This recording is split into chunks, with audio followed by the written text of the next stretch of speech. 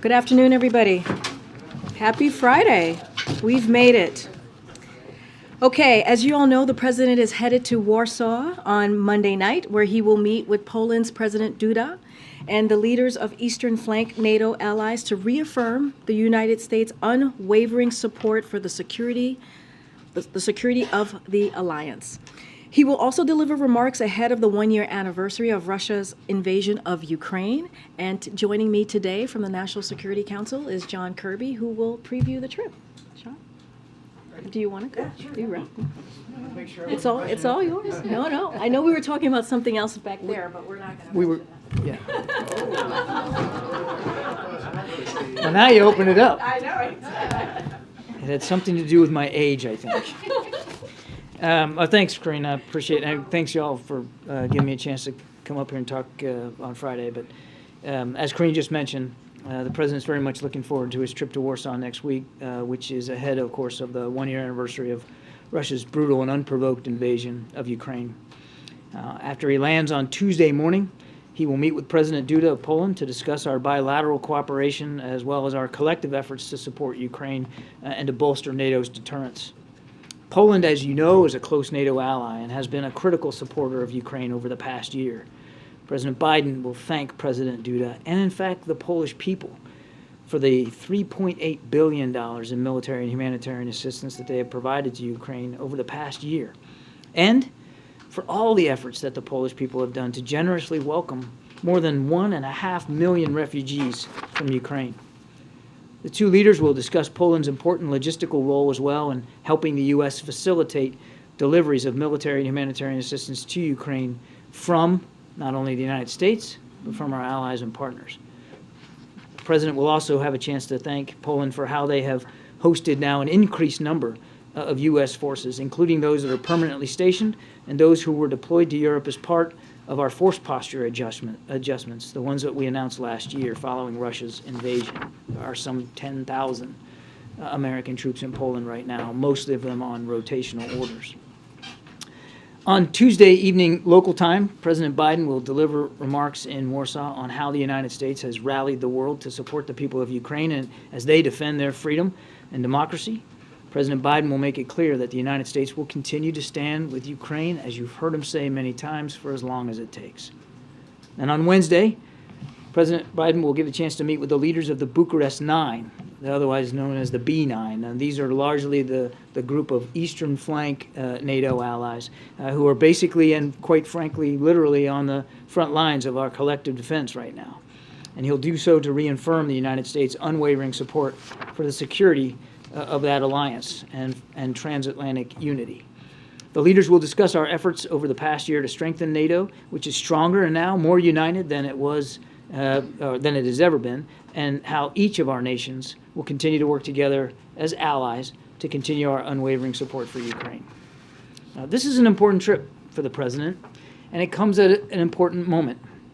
It also follows days of diplomacy at the Munich Security Conference, where the Vice President, the Secretary of State, the Senior Director here at the NSC for Europe, and many other cabinet members, administration officials, members of Congress are all meeting with our allies and partners to discuss our enduring support for the people of Ukraine, as well as our transatlantic unity and our ironclad support for our NATO allies in light of all the changes to the European security environment over the last year. And as the President believes, that security environment has changed. Not is changing, not will change, has changed. In fact, Vice President Harris is meeting with foreign leaders, including Chancellor Scholz of Germany, President Macron of France. Tomorrow, the Vice President will deliver a keynote address about our support for Ukraine and the atrocities that Russian forces continue to commit against the Ukrainian people. As you all know, close coordination with our allies and partners has been a priority for President Biden since taking office and throughout the past year as we support Ukraine. In addition to his engagements in Poland, President Biden is looking forward to hosting Chancellor Scholz at the White House on March 3rd, and the President will be speaking with a number of our allies next week on the phone, including Prime Minister Sunak of the United Kingdom, President Macron of France, Prime Minister Meloni of Italy. As we approach the one-year mark since this invasion, we can proudly say that our support for Ukraine remains unwavering, and our alliances and our international coalition in support of Ukraine remains stronger than ever. And with that, we'll happy to take some questions. Oh, we're back to my age again. Yeah. No, go ahead, Scott. Actually, I had a brief follow-up on the balloon incidents from earlier this week. Okay. Had you seen a story in Aviation Week that an Illinois hobby club feels like their balloon might have been a candidate for the balloon shot I have. a I've week seen ago? that press report. Any response to that? Because it's very particular location and the last set of data that they got. Yeah, we just can't confirm those reports or what the remains of that balloon might actually end up being, and we haven't recovered it, so it's very difficult till you can get your hands on something to be able to tell. And because of where it is over Lake Huron, I mean, we all have to accept the possibility that we may not be able to recover it. But quick follow on, the president said yesterday, he stood by it, that it was out of an abundance of caution. But an anecdote like this, does it make any sort of reconsideration of perhaps this was an overreaction at any point over the past week? So I'd ask you to, just for a second, put yourself in his shoes. Especially, certainly in light of the Chinese spy balloon and what was a very real, certainly very sizable, and tangible security threat, surveillance threat to the United States in the wake of that. So the military fine-tunes their radar parameters to see more, and of course they're finding more. And you got these three, and they're unidentified. They're not responding to any kind of communication, so we don't know who owns them or what their purpose is. And they're flying in sovereign U.S. airspace. They're also at altitudes that could affect the safety of civilian air traffic, and based on the flight path and the prevailing winds, potentially moving over sensitive military sites. And the military leaders come to you and they say, Mr. President, we don't know what these are. We're concerned about what they could be and about where they could be going and what the purpose might be. And we recommend that you take these down in the interest of safety and security of the American people and out of an abundance of caution. And the president acted on that recommendation because he takes so seriously his responsibilities to protect this country, our secrets, our interests, and our people. So the short answer to your question is absolutely not. Given the situation we were in, the information available, the recommendation of our military commanders, it was exactly the right thing to do at exactly the right time. Now, going forward, and you heard the president talk about this yesterday, we're going to make sure we've got some new rules in place for how we make decisions in future circumstances. That doesn't mean, and it doesn't mean, and you heard the president say this yesterday, it doesn't mean that there won't be additional shoot-downs if he believes there's a legitimate threat to our safety and security. But it does mean that we're going to put a new set of parameters on the decision-making process going forward. But just last follow-up on that, everything you just said, can that coexist? Let me rephrase. Was there any feeling of frustration of perhaps this was a $12 hobby balloon from a group of kids in Illinois after the fact? Again, given the information that we had at the time, and the legitimate concerns about potential surveillance in the wake of the Chinese spy balloon, you make decisions based on the best information that you have, and ultimately you have to come down to some core principles when you're making decisions as commander-in-chief. And of course, the most core principle of all is safety and security of the American people and our interests. So again, I say to you, the short answer to that is no. And frankly, given the circumstances in light of what happened with this spy balloon, wouldn't that be a better outcome if it turns out that they were in fact civilian or recreational use or a weather balloon and therefore benign, which is what the intelligence community thinks? Isn't that a better outcome than to have to think about the possibility of greater threats to our national security? Thanks, Karine. So, John, I take that to mean you guys don't have any plans to reimburse the bottle cap balloon brigade? I don't know of any plans to reimburse. We honestly don't know what this is. More generally speaking, what can you tell Americans about what they should expect in the future, understanding that these new parameters are going to be classified? If they see something in the air, should there be any concern that a missile is going to follow it? Again, we're not going to rule anything out, in or out, in terms of how we're going to treat with additional potential unidentified aircraft. I thought the president did a terrific job yesterday of putting this into some context and making it clear to the American people that their safety will always come first, that these are likely, we're going to find out that they were likely of a benign purpose and not a threat at all. So there shouldn't be any overarching concern by the American people that the skies are somehow full of attack balloons or that they're at greater risk. If anything, you look back at how we dealt with this, again with information that we had that wasn't complete, but yet legitimate concerns about a threat, and dealing with that threat safely and efficiently. Nobody hurt as these balloons were taken down. And I think that should give the American people a measure of comfort and confidence. But the president wants to make sure that as we go forward, we do so smartly and we do so effectively. And that's why he wants a set of new rules determined so that we can now deal with these in a perhaps a different way, go in the future. While we have you here, what can you tell us about this ISIS raid in Syria? Yeah, so I think you saw Central Command put a statement out that last night U.S. military and SDF partnered forces conducted a helicopter raid against an ISIS senior leader, a man named Hamza al-Hamzi. And he was overseeing the group's deadly terrorist network in eastern Syria before he was killed in the raid. As the Pentagon has reported, an explosion during the raid also resulted in 4 U.S. troops and 1 other working dogs suffering some injuries. The troops and the working dog are in stable conditions, are being treated at a U.S. military facility, U.S. medical facility in Iraq, and I think the Pentagon will have more information on that. Okay, in the back. Thanks, Karine, and thanks, John.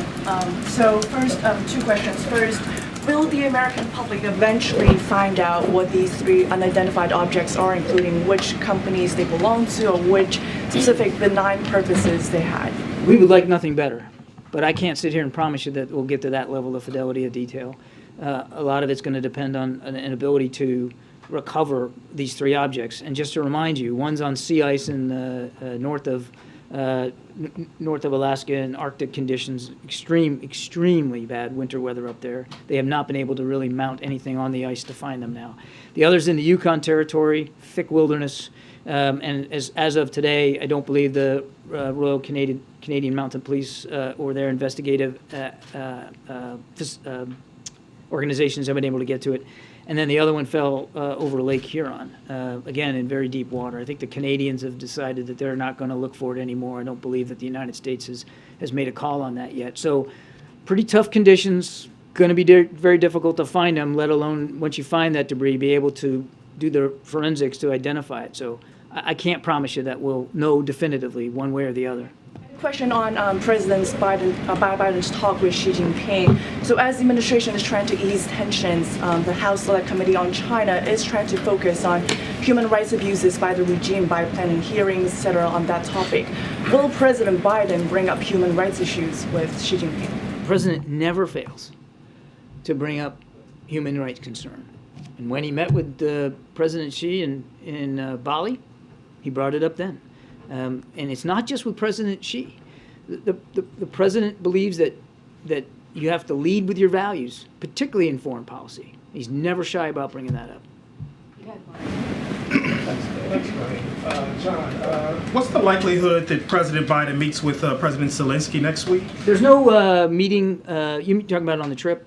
There's no meeting with President Zelensky scheduled for the trip right now. And related to President Xi and that call with President Biden as well, have tensions cooled enough to where the two leaders could jump on the phone together right now?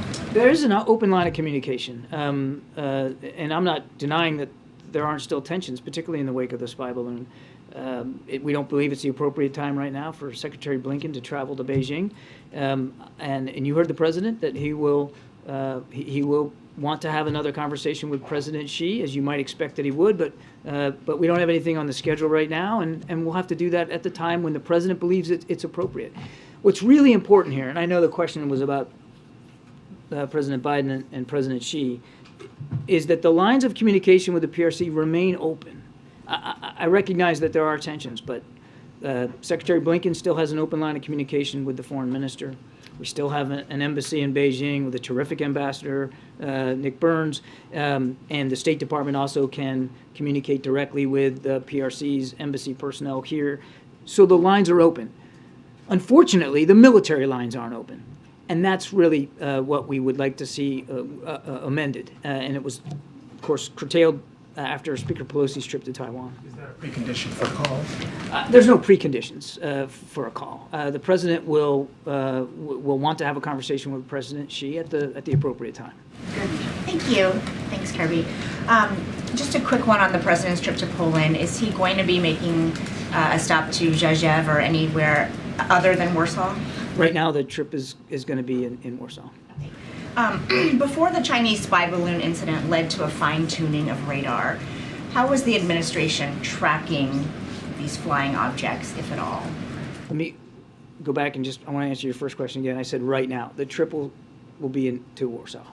So I didn't want to make it sound like I was alluding to a change to it. And your second question was, how were we tracking these before? Correct, because the reason why you were able to detect and shoot down these 3 objects, the president said yesterday, was because they adjusted the radar. Correct, yeah. So Yeah. what were you doing before, if anything, to track aerial objects? The commander of NORAD, General Van Herk, spoke to this last week, and the way he characterized it was that they were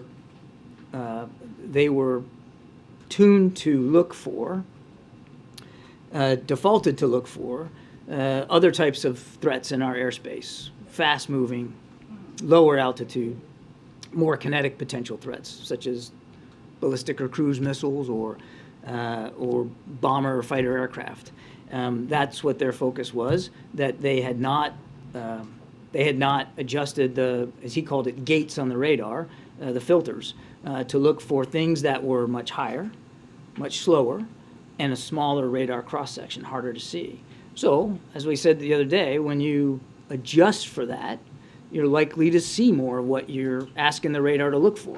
But it just wasn't set for that. He was focused on other types of threats, more kinetic threats to our, or potential kinetic threats in our airspace. So it sounds like, yesterday the president said that he wanted to work to establish a better inventory of unmanned airborne objects. Does that mean currently there is no inventory? I wouldn't say there's none, but I think it's fair to say that he wants us to focus a little bit more on this particular issue and learn more about what's out there, what's up there, quite frankly. Got it. And then how long do you think it will take to implement this 4-step plan?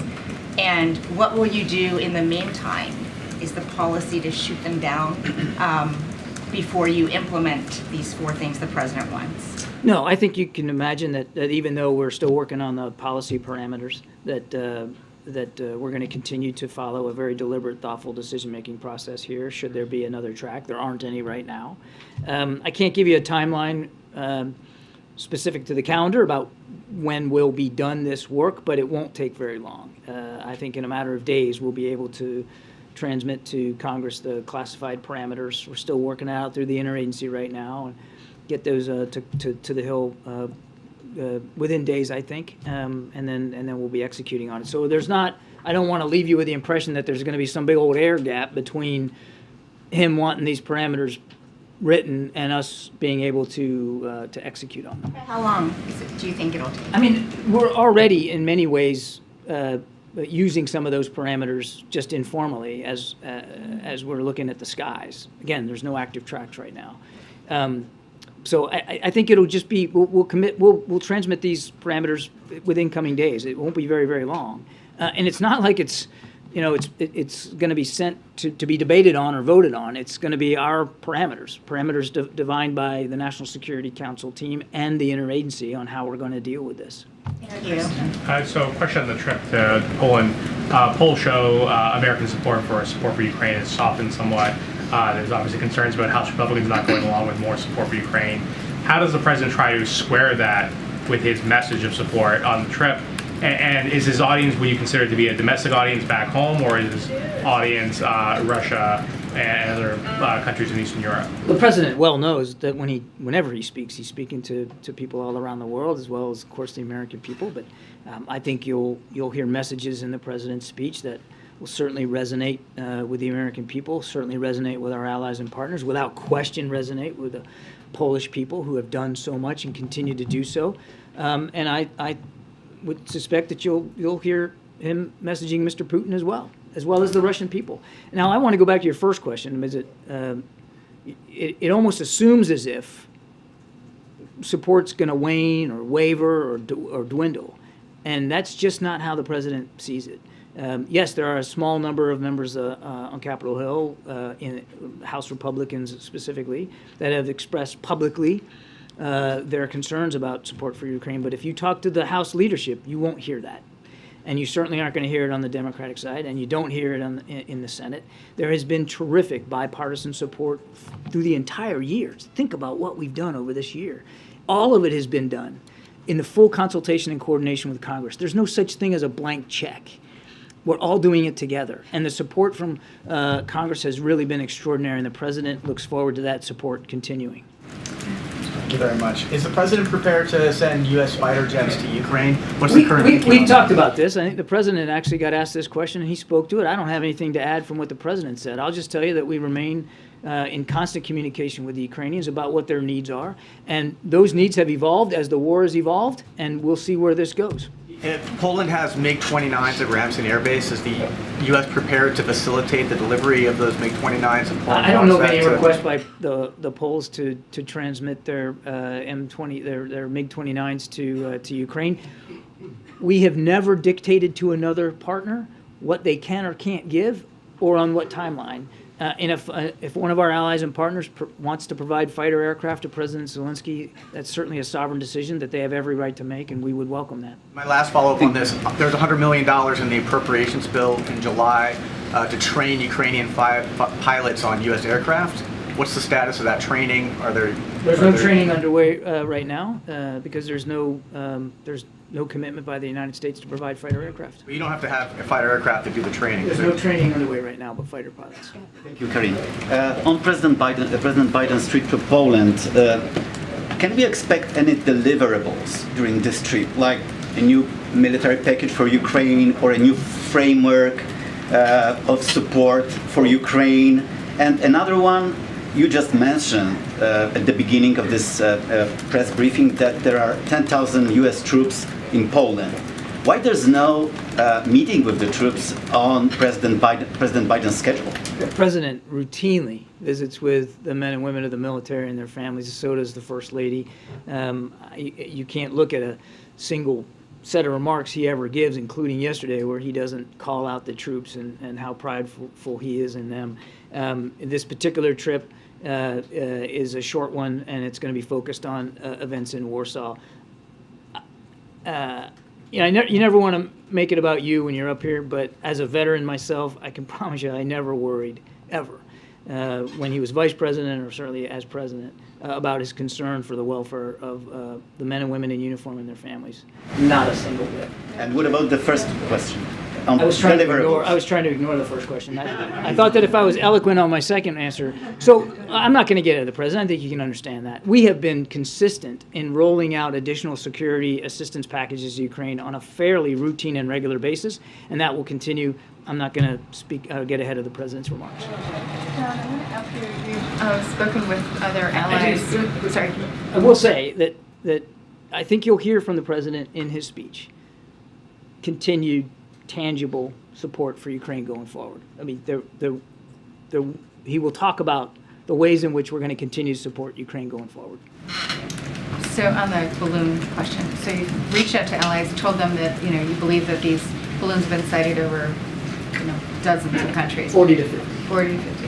Have you asked other countries to take action against those balloons, and have you seen an increase or decrease in the sightings and the activity since this all became public? No, the purpose was not to ask them to take action one way or another. These are, again, sovereign decisions that nations have to make. It was about informing them of the context, the forensics that we did to learn more about this program and the ways in which their countries may have been overflown in the past.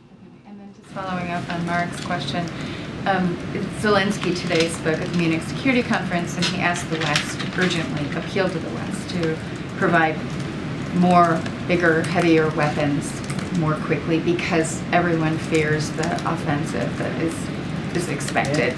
So, what do you say to Zelensky? What will Harris say when she is? You can't hardly blame him, can you? I mean, 1 year on, how many millions flown into refuge inside and outside the country, how many soldiers killed, how many towns and cities destroyed, how many hospitals and schools bombed. Can't blame President Zelensky for wanting more, heavier, faster. I mean, he's a commander-in-chief in a time of war, a war he didn't ask for, and certainly there was no justification for it. And we understand that. We also understand the clock, and we know that that time is critical here, particularly the time in the wintertime now, when the fighting is not quite as widespread across the country. There's quite a bit of vicious fighting in and around Bakhmut. In fact, I'd like to talk about Bakhmut in a second, even though you didn't ask about it. So we're going to try to do what we can to use this time to get Mr. Zelensky as much as possible, as fast as we can, so that when the weather improves, and we all have to assume and expect that the Russians will want to go back on the offense. Right now they're fighting over Bakhmut, but it's possible that along that arc, from northeast to southwest, that they may want to renew their offensive operations, that he's ready for it, and that if he chooses to, he can go on the offense as well. You didn't ask about Bakhmut, but I want to mention it just briefly a little bit. I mean, we've talked about Bakhmut in the past. No strategic value to the Russians. Seems to be an operation almost exclusively run by Mr. Prigozhin and the Wagner Group, more than it is the Russian Ministry of Defense. They have made incremental gains in and around Bakhmut over the last few days, and we certainly can't predict one way or the other. I mean, it is possible that they might end up being successful in Bakhmut, but it will prove of no real worth to them because it is of no real strategic value. The Ukrainians will continue to maintain, we believe, strong defensive lines across the Donbass, and will be and still are fighting very, very hard for Bakhmut. But I do want to say this about the Wagner Group. Particularly with respect to Bakhmut. I mean, again, they're treating their recruits, largely convicts, as basically as cannon fodder, throwing them into a literal meat grinder here in human ways without a second thought. And while fighting in Ukraine, we estimate now that Wagner has suffered more than 30,000 casualties, including approximately 9,000 killed in action. About half of those who were killed, Wagner folks, contractors who were killed since mid-December. So think about that. 2.5 months, 9,000 killed, as the fighting in Bakhmut has intensified. Based on previous intelligence, we estimated that about 90% of those killed in the December fighting alone, just in December, were convicts. Men that he just plucked out of prisons and threw on the battlefield with no training, no equipping, no organizational command, just throw them into the fight. 90% killed were convicts. We believe that Wagner continues to rely heavily on these convicts in the Bakhmut fighting, and that doesn't show any signs of abating. I know you didn't ask that question, but I wanted to get that out there. Yeah, thank you. Does it remain the case that no companies, institutions, or other entities have come forward to the federal government to claim possible ownership of the 3 objects that were shot down? As far as I know, it is true that no one has come forward to claim ownership. Okay, and so that Illinois group, they've not come forward? I'm not aware of any formal process or official process on behalf of that group to come forward. We've seen the press reports. Yeah. Have you identified any possible entities that could be responsible for Not these? that I'm aware of, no. So you have no possible leads on where these objects might have come from? We don't, sir. And I think it'll be very difficult to make some sort of positive identification unless you can get to the debris, and even that could be a difficult process. On the debris, I mean, there's no way to identify it without looking at the I mean, debris. unless an organization comes forward and knows definitively that it was their property, but I mean, even that might be difficult for that entity to know. Is the government going to try to reach out to this Illinois amateur? I know balloon no group? outreach to that group. We don't have the debris. There's no way to positively identify it. Thanks. Yeah. Thank you. One quick question regarding the Chinese balloon. Can you tell us what's been determined from the wreckage that was found from that particular balloon? No, I can't because we're not done doing the analyzing.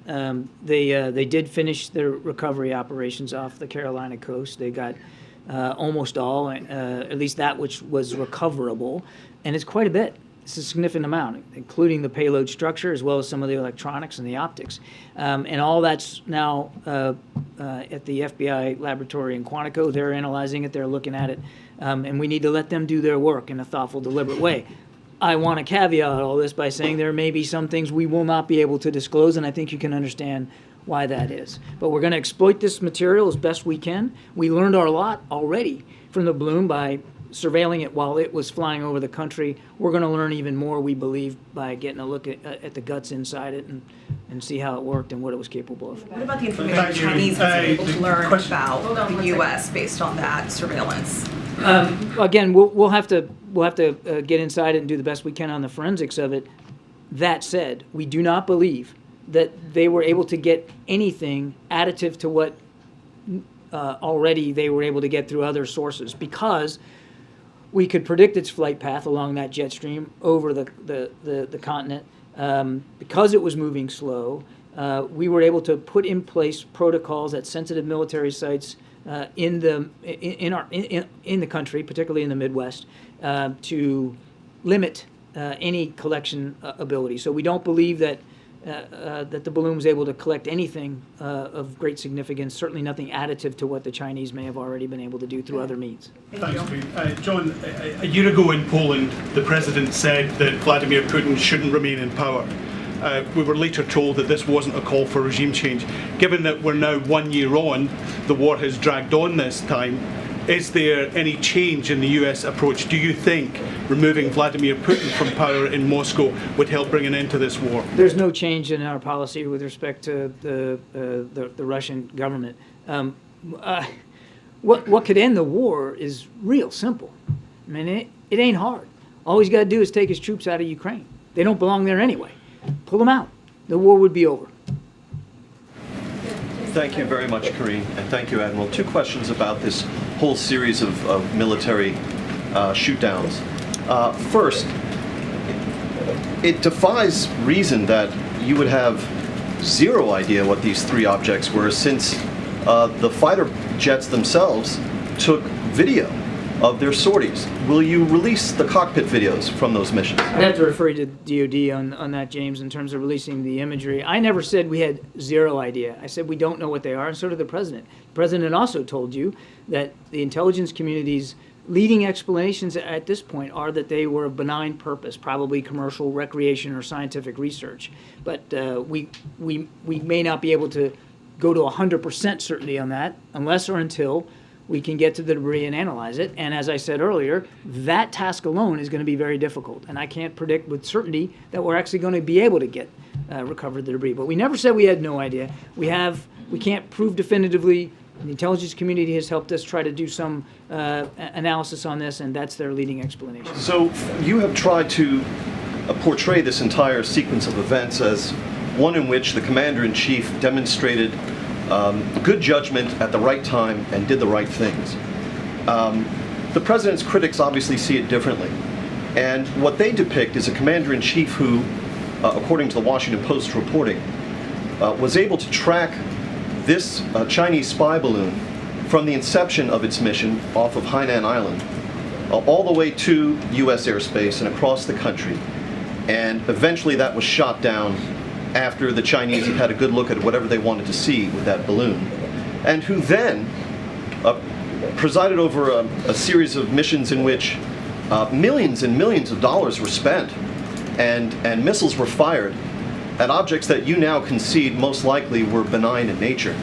And that suggests a commander-in-chief who overreacted after allowing the Chinese spy balloon to do what it did, and then went trigger happy on a bunch of kites and balloons that had no military threat to them.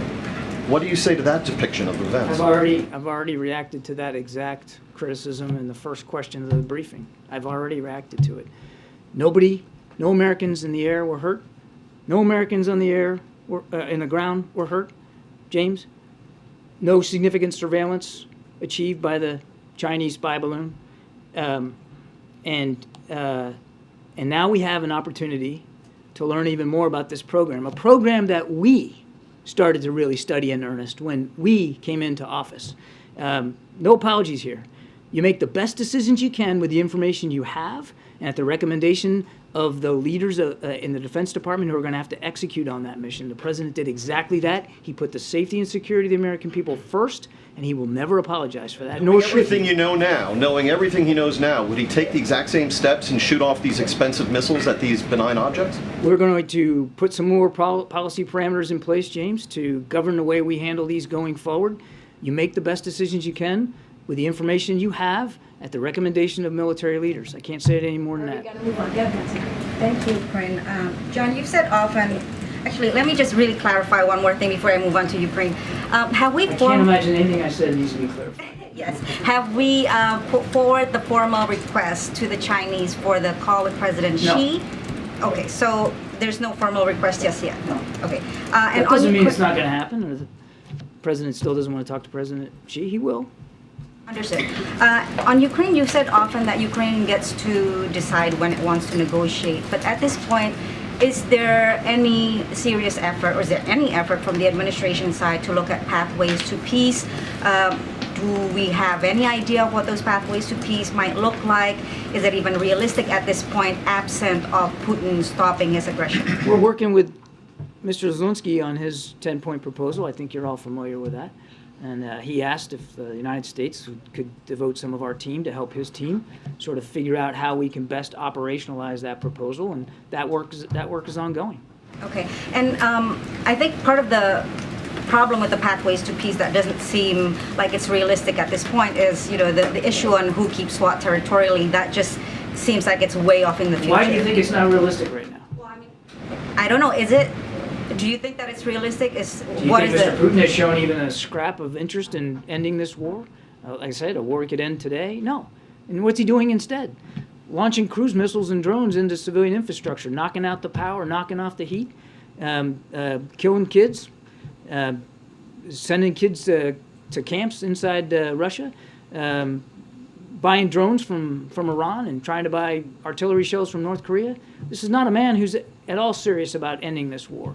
And quite frankly, it shouldn't have to end through negotiations. Now, that's likely the way this will go when President Zelensky's ready for it, but he could end it now just by pulling his troops out. He has shown no indication of being willing to do that, and so there cannot be a serious peace proposal or negotiation until the Russians have shown even a scrap of interest in actually stopping the murder and the slaughter of innocent Ukrainian people. And in the meantime, as President Zelensky very eloquently said over in Munich, there's a need, a real need, an urgent need for the rest of the global community to come together and support him so that his troops can succeed on the battlefield. And that's what we're going to stay focused on right now. Okay. So that if and when he does negotiate, he can do it with a position of strength. John, one on each topic we've been talking about right here. First, as it relates to the Chinese spy balloon, given the reporting that the U.S. was monitoring and were aware of it since its departure from China, much the same way that they shot it within the 12 miles off the coast of South Carolina. Why not make an active decision to shoot it in the 12 miles or the miles off the west coast as well? Why not shoot it before it was over U.S. land and Without potentially a speaking threat? without speaking to the veracity of this reporting, I would, and the specific nature of our ability to track it, the NORTHCOM commander, NORAD commander, General Van Herk has already spoken to this in terms of why he didn't take action at the time. Wasn't he speaking to when it was over the United States? No, he was speaking to. He got asked specifically about approaching Alaska and why he didn't take action, and he talked about no hostile intent, no hostile threat, and concern for lives and livelihood on the ground. Do we have a domain awareness gap? He has identified a domain awareness gap. That's as part of this review that's taking place in some So it's not a review. We're simply developing. Part of this effort. We are developing new policy parameters that are going to be helping us with the decision-making process, Peter. Now, General Van Herk talked about a domain awareness gap. Some of that gap has been addressed by fine-tuning the radars and making them more sensitive to things that are high, slow, and small. And we'll certainly continue to work with the Defense Department as they begin to move forward. They got a new budget they're working on. If there needs to be more resources applied to this particular challenge, then that's certainly a conversation worth having. Then lastly, about the trip. In late January, the administration announced Dozens of Bradleys would be sent to Ukraine. Any update? Those obviously needed to be built. Any update on the timetable within which those will be delivered to Ukraine? I think you're getting a little confused. The Abrams tanks are being procured through. Correct. I meant to say Abrams. funding. Yes, correct. They are. I don't know where they are in the procurement process. That's a better question for the Defense Department. I'd refer you to those guys. But it's going to be many months before they can be contracted for, built and procured, and getting them into Ukrainian hands. It's going to be a while. Good, Ariel. Thank you. When the president says he's going to support Ukraine as long as it takes, does it mean that if President Zelensky decides to launch a battle to retake Crimea, the president would support him as well? And another question, can you confirm that the top Pentagon official has arrived in Taiwan for a visit? On the first question, I'm not going to get into a hypothetical. I'm certainly not going to hypothesize about potential future operations that the Ukrainians might or might not conduct. That's up to President Zelensky and his team. When President Biden says as long as it takes, he means as long as it takes. He's not trying to be cute by half. There's no special way to interpret that. He means as long as it takes. Hopefully it won't take any longer than another day or so. But I think we all know that's not the case. So when he says it, he means it. And I think all you got to do is look back at the last year, at the unprecedented amount of assistance, security assistance alone. Forget about just the financial and humanitarian assistance that the United States has not only provided but led the world in providing. So he stands by that. And I can't confirm your other question. You'd have to talk to my colleagues at the Defense Department. I don't have detail on the schedule. Are you able to provide any update on whether there are discussions of other Western leaders coming to Poland while President Biden is there? There have been rumblings that Rishi Sunak could come, or Macron. That's the best word I can come up with.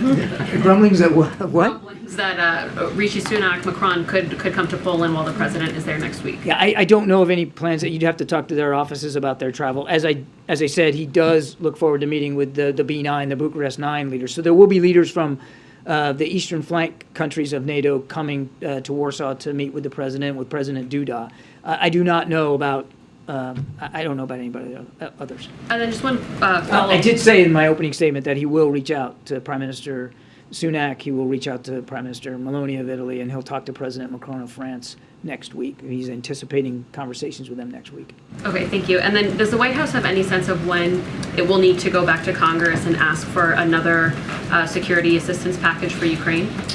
No. I mean, again, hopefully we won't need to. But we'll certainly be prepared to. We are still executing in the early phases of executing on the appropriated funds we got at the end of the last Congress, which was some $42 billion.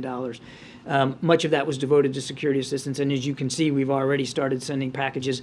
And we believe that this funding will get us through much of this year, and I just don't have a date certain where I would tell you we'd have to go back. But obviously, if we feel like we need to, back to the president's comments about as long as it takes, we'll do that, and we'll do that at the appropriate time, well in advance of the expiration of any existing funds.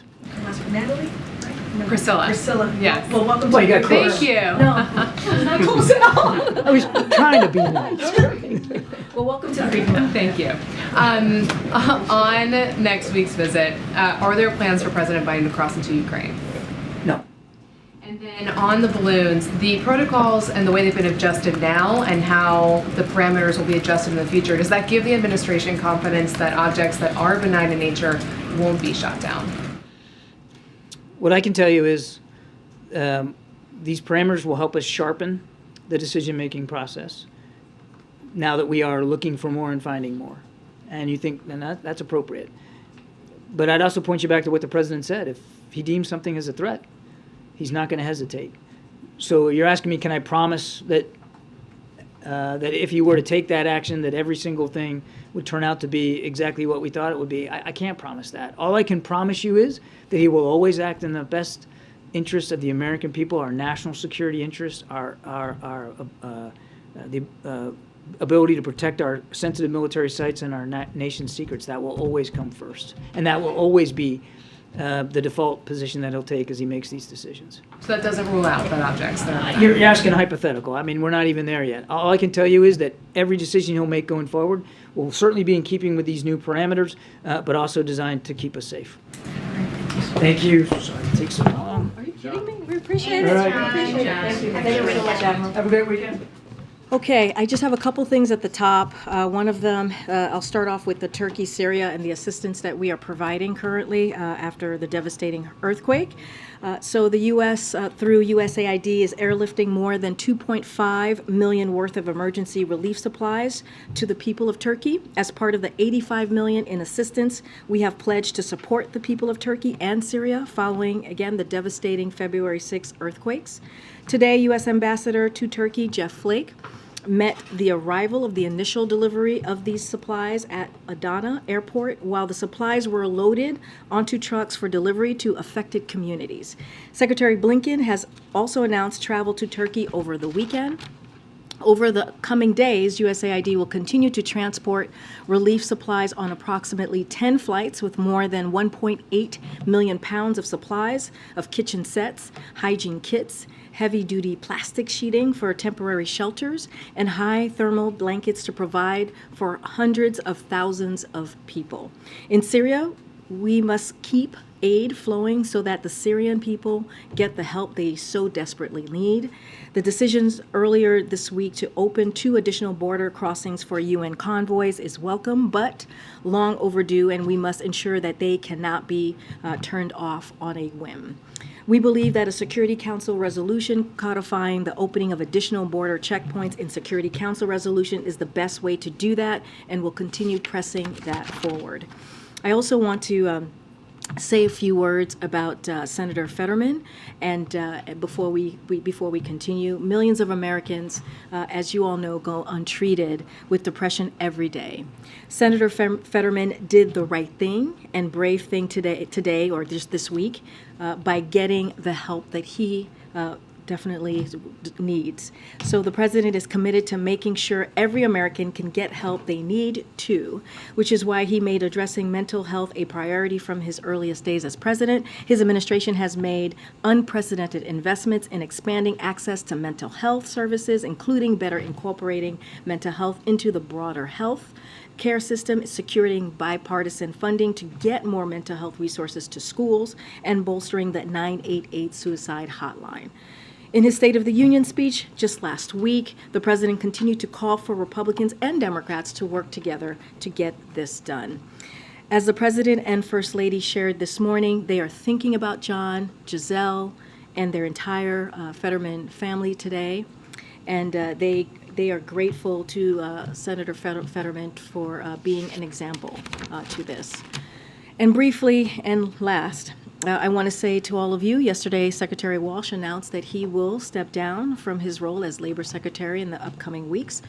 As the president said in his statement about the secretary's departure, Secretary Walsh is one tough union chief, and his record at the Department of Labor is a testament to the power of putting a card-carrying union member in charge of fighting for American workers.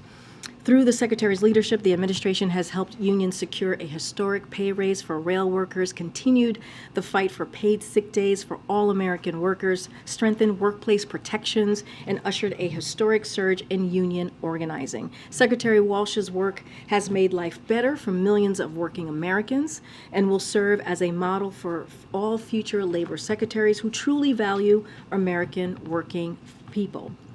We certainly wish Secretary well in all his future face-offs and also puck drops. So good luck to you, Secretary Walsh, and we can start the briefing. Okay.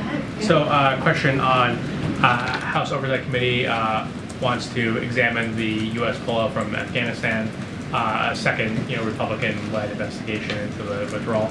Does the White House plan to cooperate this investigation? How does it feel about it? So I'll say this. We have been providing Congress with information on Afghanistan and the operation for this past year, so don't have anything to add there. As you know, the White House counsel is very much focused on the oversight. They're the ones who are answering questions and dealing with the letter. Certainly we'll take a look at the letter, so I will let them speak to this. And what's the status of the administration's own internal review? There's a lot of talk about this. Is that ever going to be finished or released publicly?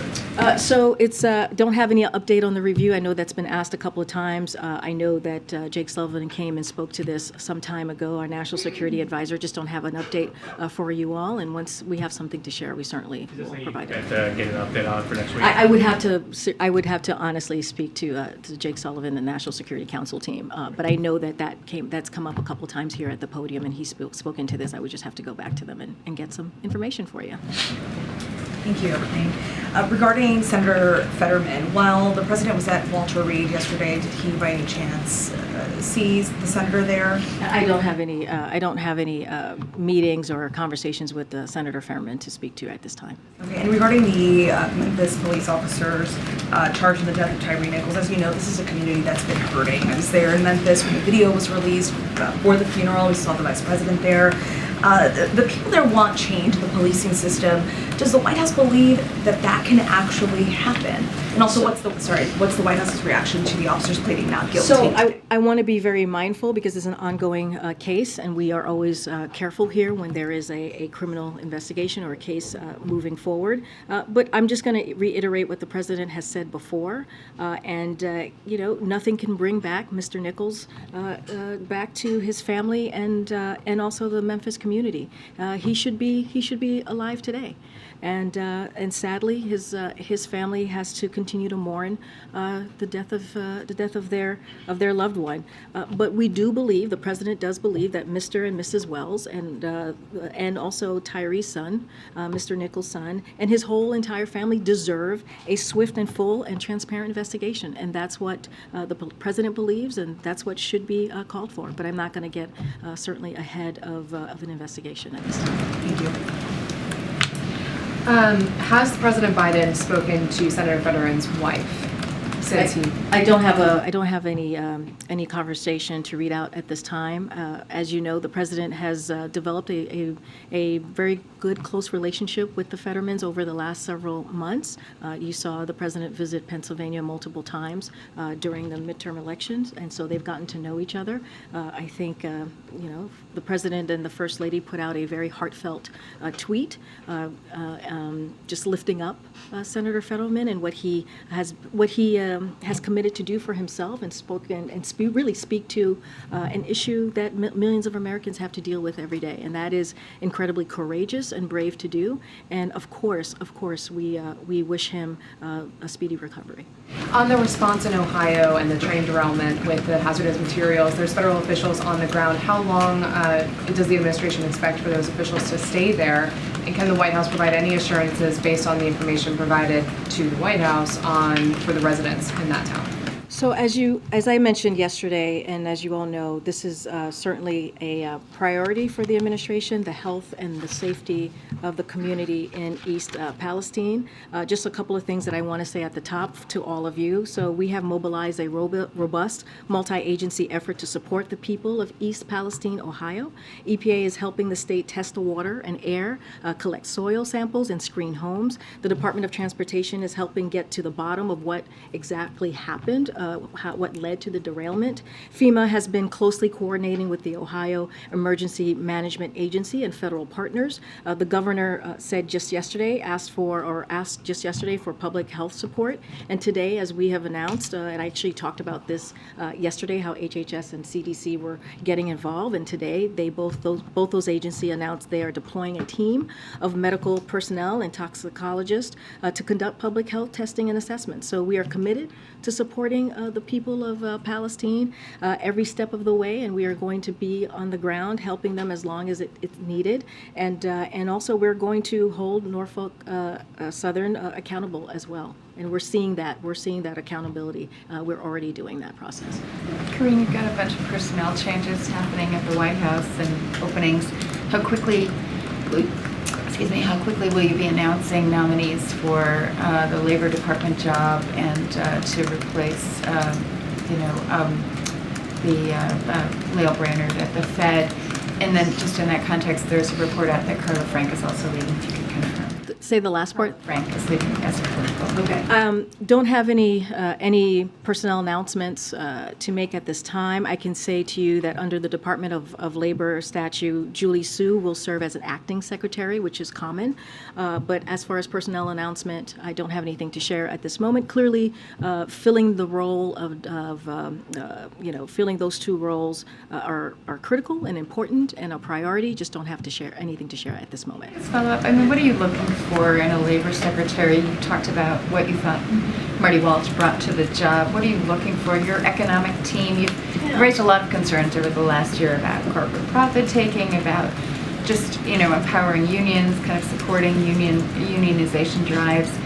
Are you looking for a strong labor leader? And is that something that you also would like to see in the next person to go to the Fed? Yeah, I think that's both very good questions. I'm going to leave that to the president to decide what it is that he's looking for in those two key critical positions. No one's going to replace Marty Walsh. He was one of a kind, as I just laid out, and incredibly effective. And we are very, very thankful for his service and wish him well. So don't want to say that's that's what we're going to be looking for, but also that's for the president to decide. As far as the president's economic plan or how he sees the economy moving forward, you kind of see that, what he's been able to lay out these last 2 years. And certainly he wants to continue to build on that, continue to build on growing the economy from the bottom up and middle out. I'm not going to get into, into too many details there. As you know, it's the Federal Reserve, so we're always trying to be really mindful there. But as soon as the president has decided who's going to be next to fill those two positions, certainly we will share that. Thanks, Karine. To follow up on that, both the CBC and KPAC have endorsed Julie Su to officially become the next labor secretary, in part because, quote, the inclusion of an AANHPI as a cabinet secretary is long overdue. Is she on the president's short list? So not going to get into who's on the president's short list or not, but I do want to address the fact that we recognize that it is a priority for the AAPI community, and we are proud that through our work with members of Congress and stakeholders, we've made the most diverse administration that ever, not even in modern politics, but ever. And and we believe we have, and it's facts, we believe we have a historic number of AAPI appointees at the level, including 3 in cabinet, all of whom are women, which is Vice President Harris, as you know, Ty as well. And so we have a number of AAPI ambassadors like Michelle Kwan and Chris Liu, and it's also about 14% of our appointees identify as Asian American, Native Hawaiian, or Pacific Islander. So this is a president that has made a priority to make sure that he has an administration that looks like the country, and that is incredibly diverse and historically diverse. So that is a commitment that he's going to continue to make. I'm just not going to get ahead of the president's decision at this time. And then switching topics on a topic that you brought up with John Kirby earlier, when you said that neither you or he have hit your prime yet. Does the president have anything to say about this national conversation that was sparked after a claim that was seemingly made in defense of the president that Nikki Haley is not in her prime because women hit their prime in their 20s, 30s, and 40s? I'm not going to comment directly to that. That is something clearly that needs to be addressed by... Right, I only bring it up because you No, brought it up. I'm going to say something. Just give me a second. I have something to say. When you look at this president's administration, and we have talked about the numbers before, there are more women in his senior advisor and his senior staff role than men. And I think when you think about that, you see a president that truly takes pride and takes deep consideration into making sure, and meaningful consideration into making sure there are diverse voices around him, and I think that's important. And so what I want to say is just watch his actions, watch what he's done. You just asked me about Julie Su, and I laid out what the president has done in having the most diverse administration. And so I think all you have to do is look at the numbers, look at the people around him, look what he's been able to do, look how he's lifted up different communities, including women. And I'm just going to leave it there. It is clearly, truly a priority for him, and I'll just leave it there. If I could ask you very quickly about that raid that took place in eastern Syria, just because John Kirby didn't get to it. Has the president been briefed on the circumstances? Has he had any conversations with those who were wounded? Any more detail about his relationship to that event? So the president has been briefed. I don't have anything more to what John Kirby just laid out. I would refer you to the Department of Defense on any specifics on who's been wounded or any details, other details outside of what John Kirby laid out, but don't have anything else. Did the president sign off on that raid? Obviously, it was successful, as the DoD or the CENTCOM reported. Was the president a part of the decision-making before it took place? I don't want to get into too much of specifics on this, but when it comes to situations like this, of course, the president is closely involved. Can I ask you about the First Lady was supposed to travel to Indiana today? She didn't go because her office says that she's not feeling very well. Can you give us any better? Yeah, it's not so COVID. Is she okay? What's the I going can on? say from here that it's not COVID. She is under the weather, and I'll leave it there. But is recuperating. I'm not her doctor, so I'm not going to go into specifics on what it is. But I can say that she is indeed under the weather. It is not COVID, and her trip to Indiana that was supposed to happen today will be rescheduled at a later date. And I'll leave it there. Okay, obviously we hope she gets well soon. The last question yes, we should. is about Rick Scott.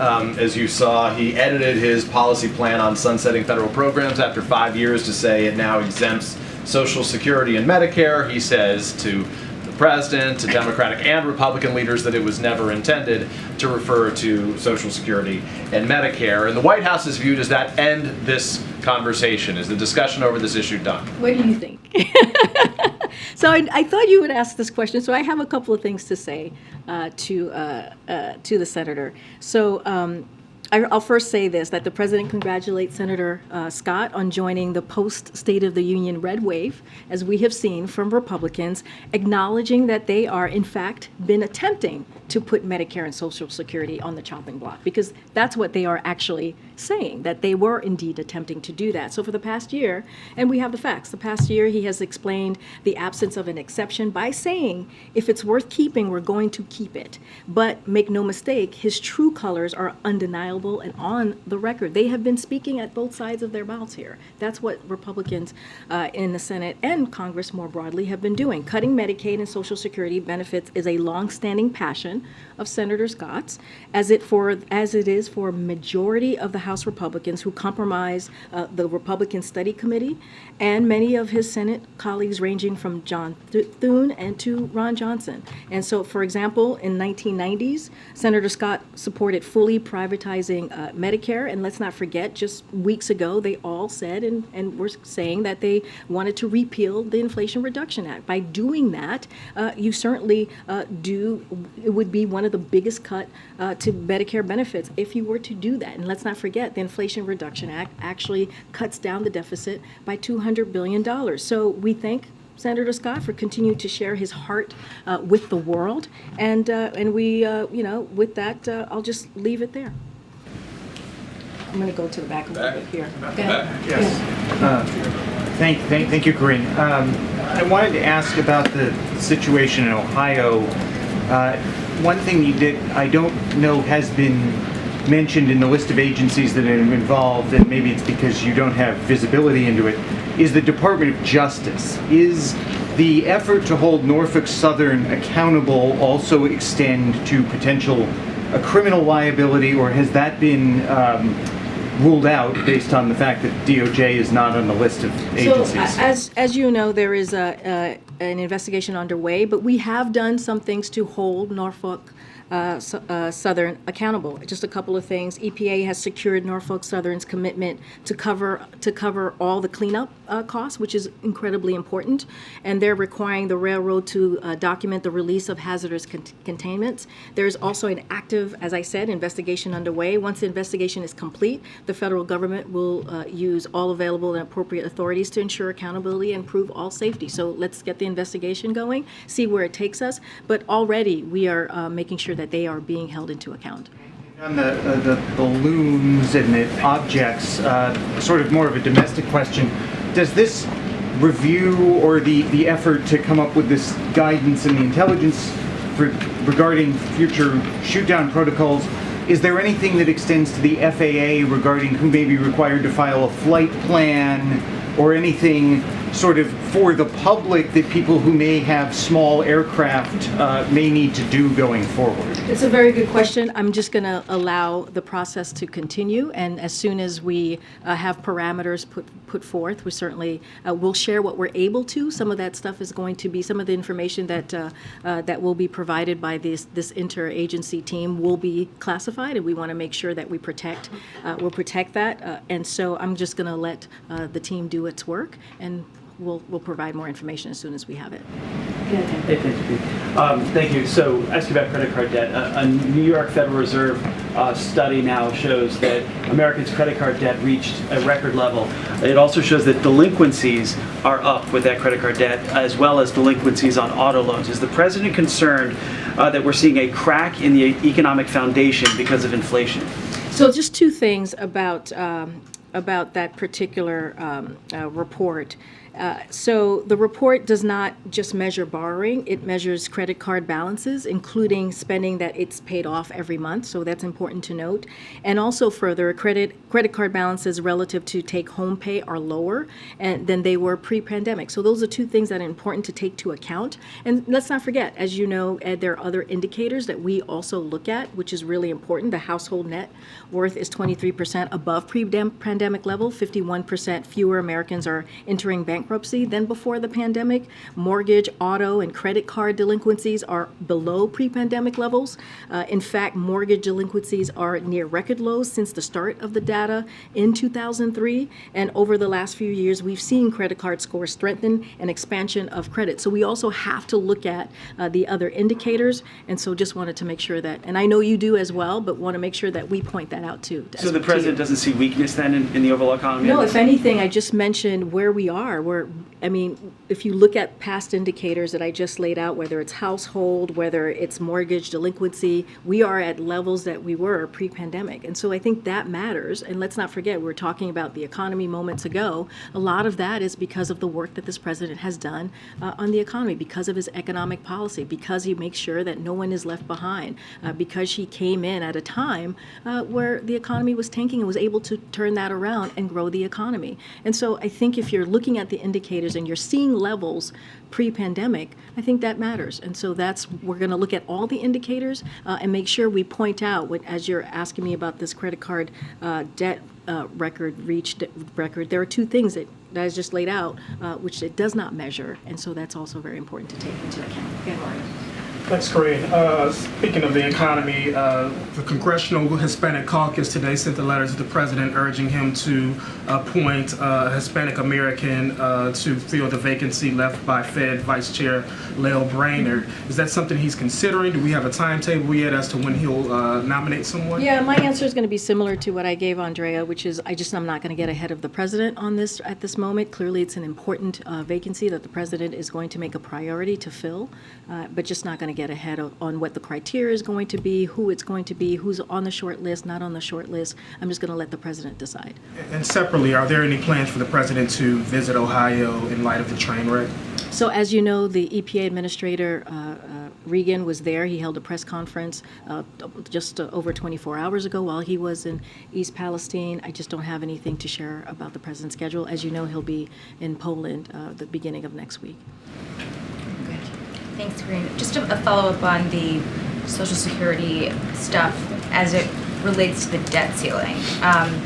Recently, HHS announced some proposed rates for Medicare Advantage that would result in a $3 billion reduction to the program. I know Becerra pushed back on that characterization, but can you explain how does it square with the president's commitment not to cut Medicare, or are there cost-saving measures in there somehow in the broader program that you wouldn't characterize as a cut if it's a cost-saving measure? I mean, I'm not going to go beyond to what Secretary Becerra said. What he said is basically where the president is. I want to be very careful here because, and as you know, the president's going to put forth his budget on March 9th, and he'll talk about what he thinks is fiscally responsible and put forth a budget that's fiscally responsible. And he mentioned this in the State of the Union. He's going to talk about how he's going to continue to lower the deficit by $2 trillion, and you guys will see the specifics of that budget when it comes out. And let's not forget, the president also lowered the deficit the first 2 years by $1.7 trillion. So all of that is important as the president is growing the economy and making sure that no one is left behind, that he's also lowering the deficit. And he's doing that with these very historic pieces of legislation that we have seen him sign into law this past 2 years. But I want to be very clear. When it comes to protecting Medicare, when it comes to Social Security, the president is going to continue to fight to make sure that those are not being held hostage by the Republican Party, to make sure that we are fighting for programs that taxpayers, pay into. We're talking about veterans, we're talking about seniors. So this is something that the president has been very clear about. He talked about it this week. He talked about it at the State of the Union. We need to make sure those programs, those life-saving programs for many Americans, millions of Americans, are not played with, just like what Republicans are trying to do. I just laid out moments ago how Republicans have been talking about for years, how they want to cut those really key programs for our veterans, for our seniors. And so the president, again, is going to continue to fight for those. Thank you. Thank you. Earlier today, when the White House released some background information on Ohio, one thing that was said by officials is that if Norfolk Southern backed off the commitment to pay for cleanup, then the administration would be prepared to issue a legally binding order to get reimbursed 3 times the amount.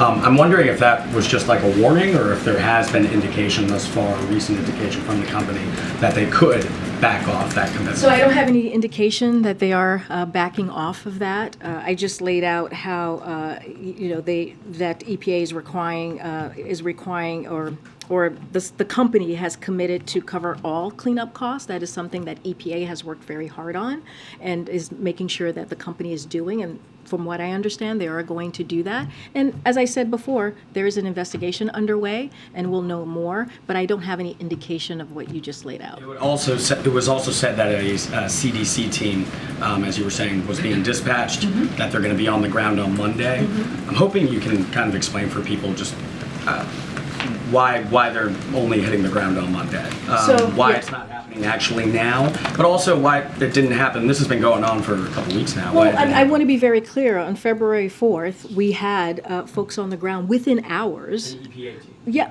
EPA team, but this matters, right? This happened on February 3rd, and at 2 a.m. on February 4th, hours after the derailment, the EPA team was on the ground. So I just want to make sure that the American people understand that we did take action and folks were on the ground.